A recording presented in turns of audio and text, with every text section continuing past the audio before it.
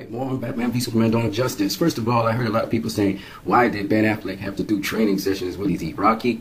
You know, it's funny because if you go to Juggernaut Fitness TV, this trainer, he talks about Ben Affleck's training scene and why it was important. First of all, let me just put in my input there.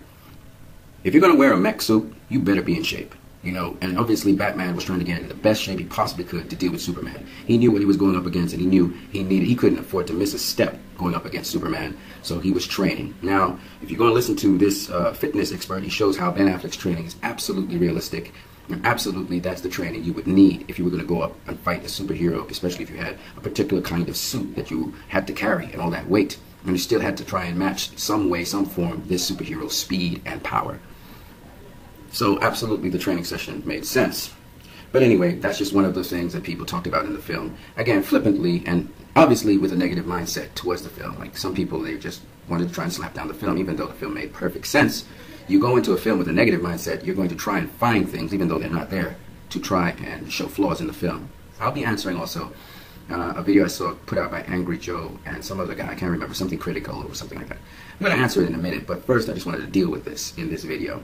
Go check out Juggernaut Fitness TV and go check out his video on Batman's training that he was doing before he faced Superman.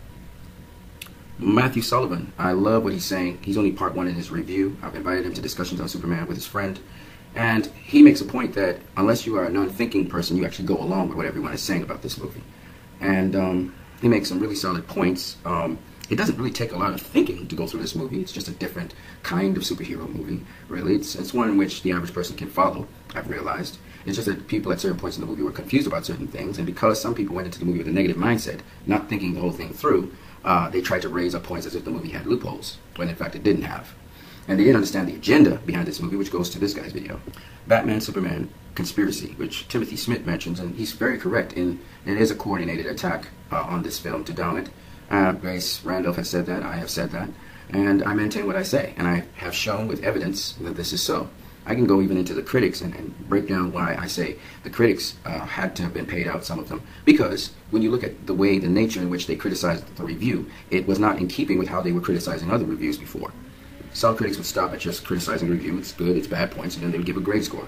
When you go beyond that and you start calling out directors' names and you start to bash a film and recommend that people don't see the film, going beyond your bounds as a critic, something's fishy with that. So obviously critics were paid off. We know that writers were paid off. I gave you a perfect example of one writer who wrote for Forbes magazine. Clearly he was paid to write what he wrote. So, I mean, for someone to say that Disney and Marvel, they didn't pay people, is to be absolutely naive. In a world like this where you're competing against another company for a product, whether you like it or not, this is the reality, okay? And this gentleman, Timothy Smith, he's making sense when he talks about market share to explain this. And he's quite correct. Walt Disney is trying to take over most of the comic book movies. They've gotten the Star Wars franchise from George Lucas. They got the franchise of some of the Marvel franchise. They have their Disney franchise. So they're expanding. Sony's working along with them. And I know that Sony, for a fact, is a very dirty company, which has caused the death of Michael Jackson. And I can show you this by facts if that's what you want me to prove. It's not a problem for me to do. Michael Jackson owned a lot of the rights of most of Sony's properties when it came to audio. And this is the major reason why Sony tried to find a way to kill Michael Jackson so that they could get the properties. It's that simple. No matter what people tell you about this not being a war between Walt Disney and Warner Brothers, this is a war between Walt Disney and Warner Brothers.